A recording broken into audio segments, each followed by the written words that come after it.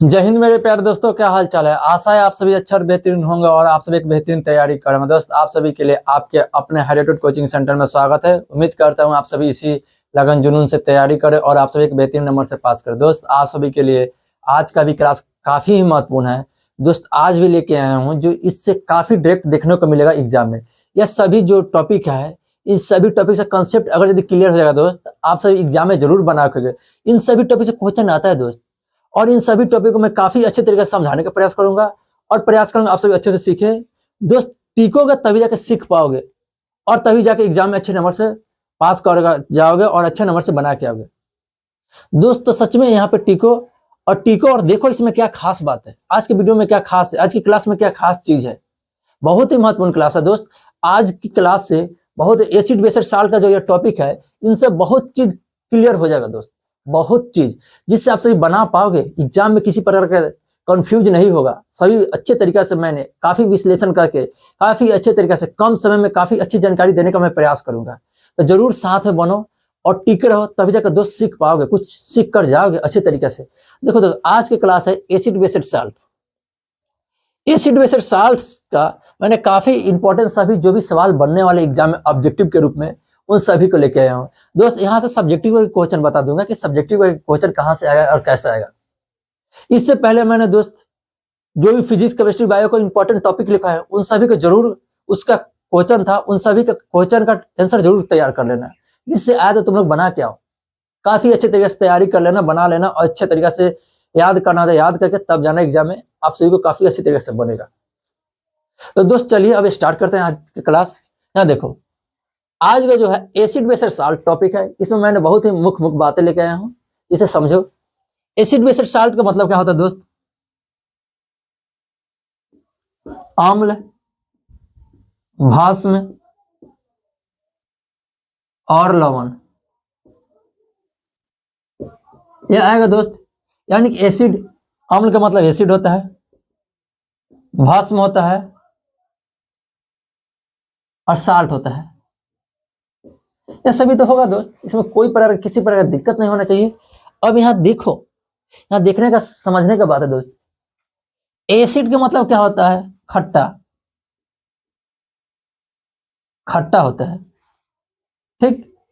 और एसिड जो शब्द बना है एसिडस से, एसिडस से, एसिडस से बना है। एसिड शब्द दोस्त एसिड से बना है। इसका मतलब ये एसिडस का मतलब क्या होता है? खट्टा।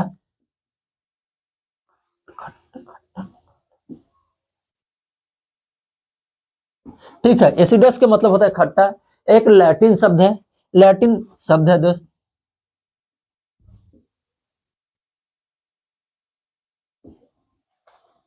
ठीक, और एसिडस का मतलब होता है खट्टा। इसी प्रकार के दोस्त एसिड जो होता है, जो स्वाद में खट्टे होते हैं।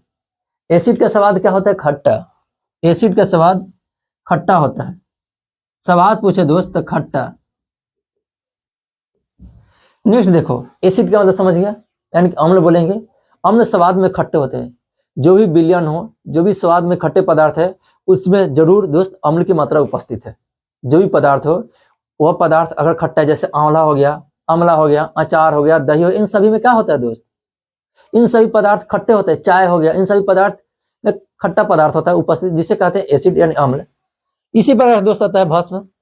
भस्म को समझना, भस्म दोस्त इसको हम अच्छे से समझाते हैं। इसके बाद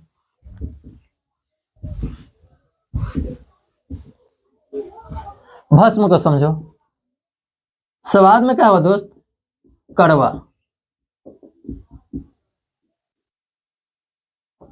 कड़वा होता है। जिस प्रकार यह स्वाद में खट्टा होता है, यह कड़वा होता है। और अम्ल क्या होता है? नमकीन होता है।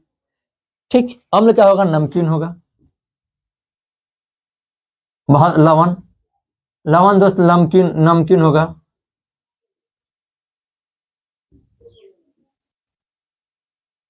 ठीक, इसका स्वाद नमकीन होगा, इसका स्वाद कड़वा होगा और इसका स्वाद खट्टा होगा। यानी खट्टा का मतलब अम्ल हो गया या भस्म हो गया और लवण हो गया। देखो दोस्त, और आर्हेनियस के अनुसार आ सकता है क्वेश्चन। आर्हेनियस एक वैज्ञानिक है, ठीक। और उस वैज्ञानिक ने कहा, ठीक, जो भी अम्ल होगा अगर यदि उसको जल में घोलेंगे, H+ आयन प्रदान करेगा, तो समझ लो वह एक अम्ल है। जो भी विलयन है उससे अगर यदि हम जल में घोले और वह H प्लस आयन प्रदान किया, वह एक अम्ल है। अम्ल क्या कहता है? आर्हेनियस के अनुसार, आर्हेनियस के दोस्त अनुसार अम्ल जल में घुलकर H प्लस आयन प्रदान करेगा। याद रखना, सभी अम्ल में दोस्त H प्लस आयन होता है, H प्लस आयन, यानी कि सभी अम्ल जो भी होगा वह H प्लस आयन प्रदान करेगा। और यहां ध्यान देना दोस्त, जो भी अम्ल का सूत्र होगा जैसे HCl और H2SO4, ठीक दोस्त, HCl H2 HNO3 हो गया, HNO3, देखो दोस्त HCl H2SO4 HNO3, देखो यहाँ पे लिखा हुआ है, यह सभी अम्ल है। यानी कि अम्ल का पहचानने के एक और तरीका बता रहे हैं दोस्त, कैसे पहचान जाओगे, इसके लिए यहाँ ध्यान देना है। H लिखा हुआ है, जो भी अनुसूत्र में अगर H लिखा हुआ वह सभी समझो कि वह क्या है? अम्ल है, ठीक। और भस्म के पहचानने का तरीका क्या होगा? भस्म तो दोस्त स्वाद में कड़वा होता है। और इसके बाद ध्यान देना, इसको जरूर नोट कर लेना, आर्हेनियस के अनुसार अम्ल भस्म को कैसे पहचानेंगे, यहां ध्यान देना। स्वाद में क्या होगा? कड़वा होगा, बेस होता है, ठीक। और यहां ध्यान दो, यह जल में घुलकर क्या करेगा? जल में घुलकर OH माइनस आयन प्रदान करेगा, OH माइनस आयन प्रदान करेगा। इसी कारण इसे भस्म बोलेंगे। आर्हेनियस ने बोला था, अगर यदि कोई भी भस्म को अगर जल में घोलते हैं OH माइनस प्रदान करेगा तभी वह भस्म होगा, ठीक है। यह पहचानने के तरीका है। इसका सूत्र देखो दोस्त, इसका क्या हो सकता है भस्म के लिए? देखो जैसे NaOH, फिर नेक्स्ट देखो KOH, ऐसा भी क्या है? भस्म है। भस्म जो होता है स्वाद में कड़वाता है, और जब जल में घोल देंगे तो यह OH माइनस प्रदान करेगा। H प्लस प्रदान कौन करेगा? अम्ल। और OH माइनस प्रदान कौन करेगा? भस्म। इसके अनुसार चेक करो, भस्म स्वाद में कड़वाता है और NaOH क्या करेगा? यह भस्म है जो जल में घोलेंगे और OH माइनस प्रदान करेगा। उसी पर KOH क्या करेगा? जल में घोलेंगे KOH क्या करेगा? यह OH माइनस प्रदान करेगा जल में घुलने के लिए। यह जब जल में घुलेगा, आर्हेनियस के अनुसार यह डिफिनेशन हो सकता है। दोस्त अगर यदि आए एग्जाम में आप सभी जरूर बना के आना, यह सभी काफी महत्वपूर्ण है। आज की क्लास से बहुत ही कंसेप्ट सीख के जाओगे, आज से क्लास से बहुत चीज सीख के जाओगे दोस्त, केवल टिके रहो तब सीख के जाओगे, इसी तरह स्किप करने से कोई फायदा नहीं। देखो अब हो गया दोस्त अम्ल और भस्म। जब अम्ल और भस्म का संयोग करेंगे, अम्ल और भस्म का संयोग करेंगे, NaOH और प्लस HCl का संयोग होगा तो क्या बनेगा? NaOH प्लस H2O बनेगा। यह सही बनेगा दोस्त। और यहां ध्यान दो, NaOH HCl का संयोग से क्या लवण बनेगा? लवण का निर्माण होगा, ठीक है, लवण बनेगा। और लवण बनने के बाद क्या होगा? H2O जल का प्राप्ति देगा। जब यह देगा दोस्त तो यह जो अभिक्रिया होता है, यह अभिक्रिया उदासीनीकरण अभिक्रिया होता है। मैंने इसे पिछले क्लास में जरूर बताया दोस्त। अगर यदि आप सभी किसी भी क्लास नहीं देखो, जरूर देख लो, आप सभी के एग्जाम के लिए काफी महत्वपूर्ण है। वहां से काफी क्वेश्चन आएगा और तुम लोग अगर देख लोगे तो जरूर बना के आओगे दोस्त, तो जरूर देखो, ठीक। लवण हो गया, अम्ल हो गया, भस्म हो गया, काफी समझ गए। अब देखो दोस्त इसी प्रकार से आएगा क्या, कुछ समझते हैं, कुछ अच्छे तरीका समझने का प्रयास करेंगे। देखो दोस्त अम्ल भस्म को समझना होगा और लवण को। अब दोस्त यहां से क्वेश्चन क्या आ सकता है? यहां से क्वेश्चन देखो, यह हो सकता है सांद्र और तनु, यह क्या है? सांद्र और तनु, जैसे कंसंट्रेटेड और डाइल्यूट एसिड है, ठीक। यहां से अगर सांद्र और तनु अम्ल होगा,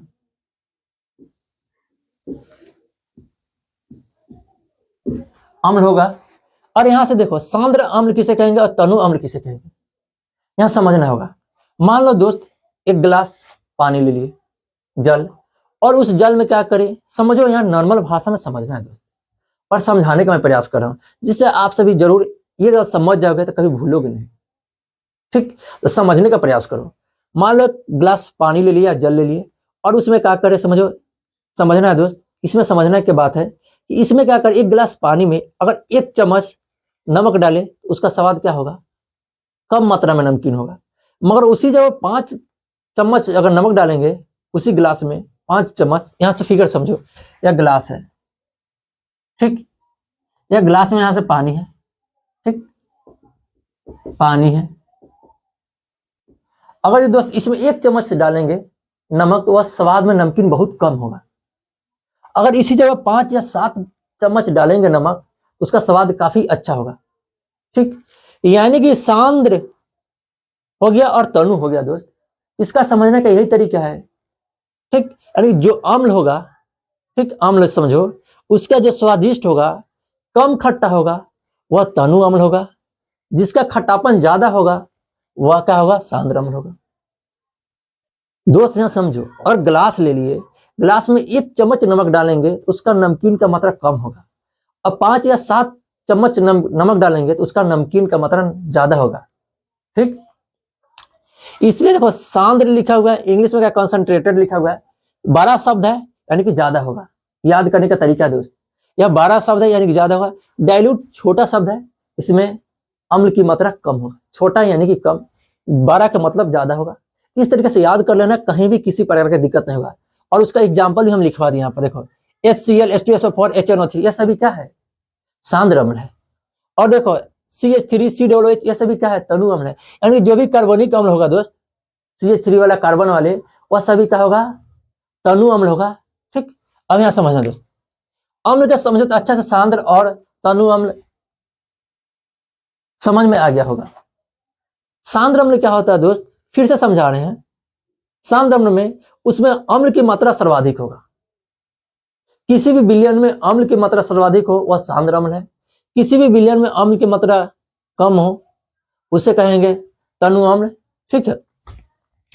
अब इसी प्रकार से समझो दोस्त, भस्म और अम्ल के बारे में, दुर्बल और प्रबल, ठीक है। सेम डिफिनेशन में थोड़ा सा फर्क है, बाकी कुछ नहीं दोस्त।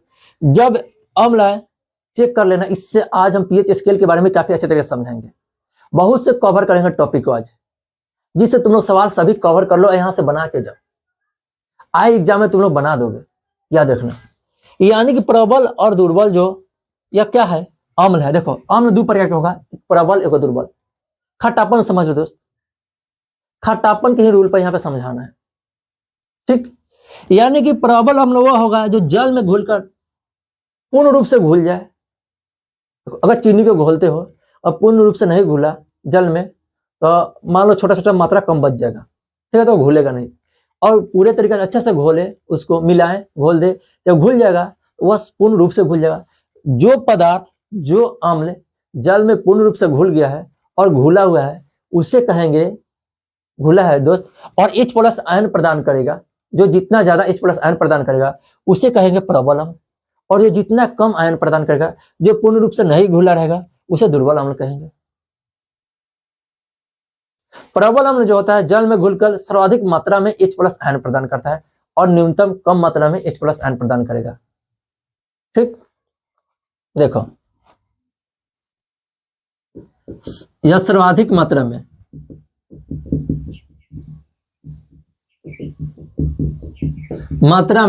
H+ आयन प्रदान करेगा या कम मात्रा में H+ आयन प्रदान करेगा। इसका एग्जांपल समझना है दोस्त, HCl है, HNO3 है, H2SO4 है। इसका एग्जांपल H2CO3 होगा, CH3COOH हो गया, और H3BO3 हो गया। देखो जो भी कार्बोलिक अम्ल होगा दोस्त वह सभी दुर्बल अम्ल होगा, और प्रबल अम्ल के लिए यहाँ पे HCl है, HNO3 है, H2SO4 है, ये सभी प्रबल अम्ल है। इसी प्रकार से अम्ल होगा उसी प्रकार से भस्म होगा। अगर तुम लोग को समझ में नहीं है तो फिर से समझने का प्रयास करना, मैं समझाऊंगा जरूर। प्रबल जो होगा भस्म और दुर्बल भस्म, इसमें क्या होगा, प्रबल उसे कहेंगे जो इसमें भस्म की मात्रा अधिक हो, ठीक। यह जल में घुलकर OH- सर्वाधिक प्रदान करेगा। देखो OH- सर्वाधिक प्रदान करेगा, या OH- तो प्रदान करेगा मगर कम मात्रा में प्रदान करेगा। जब कम मात्रा में प्रदान करेगा दोस्त उसे दुर्बल भस्म कहेंगे, जो सर्वाधिक मात्रा में प्रदान करेगा उसे प्रबल भस्म कहेंगे। इस तरीके से जरूर तुम लोग समझ गए होंगे। अब देखो दोस्त इसको आगे बढ़ाते हैं और समझाने का प्रयास करेंगे।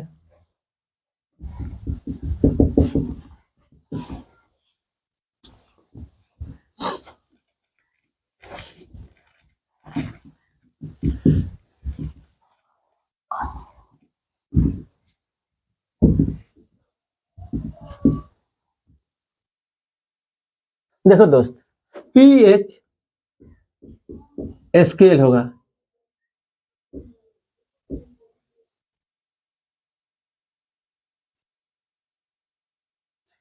पीएच स्केल हो गया दोस्त। अब यहां ध्यान देना, पी का मतलब क्या होगा, पावर, याद रखना, पी का मतलब पावर होता है, एच का मतलब हाइड्रोजन आयन प्रदान करता है, ठीक, एच का मतलब दोस्त हाइड्रोजन। अब यहाँ पीएच स्केल का कैसा कंडीशन है, क्या होगा पीएच स्केल, बस समझे। देखो यहां से इस प्रकार होगा और यहां से इस प्रकार होगा। देखो एक यहाँ जीरो लेवल होगा, जीरो नहीं दोस्त, यहाँ पे 7 होता है मगर जीरो माना जाता है समझने के लिए। यहाँ पे 0 होगा और यहाँ पे कितना होगा, 14 होगा। अब ध्यान दो, देखो 1 2 3 4 5 6 और 7, फिर 8, फिर 9 10 11 12 13, 8 9 10 11 12 13।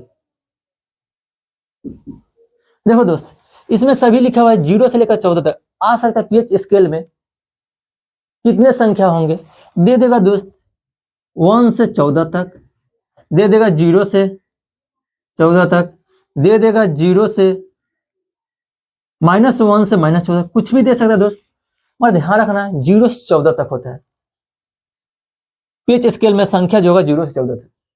और यहां ध्यान देना, यह जो है दोस्त, यह लाइन रेखा बहुत इंपॉर्टेंट है, समझो मेन बॉर्डर लाइन है, यह बॉर्डर लाइन है।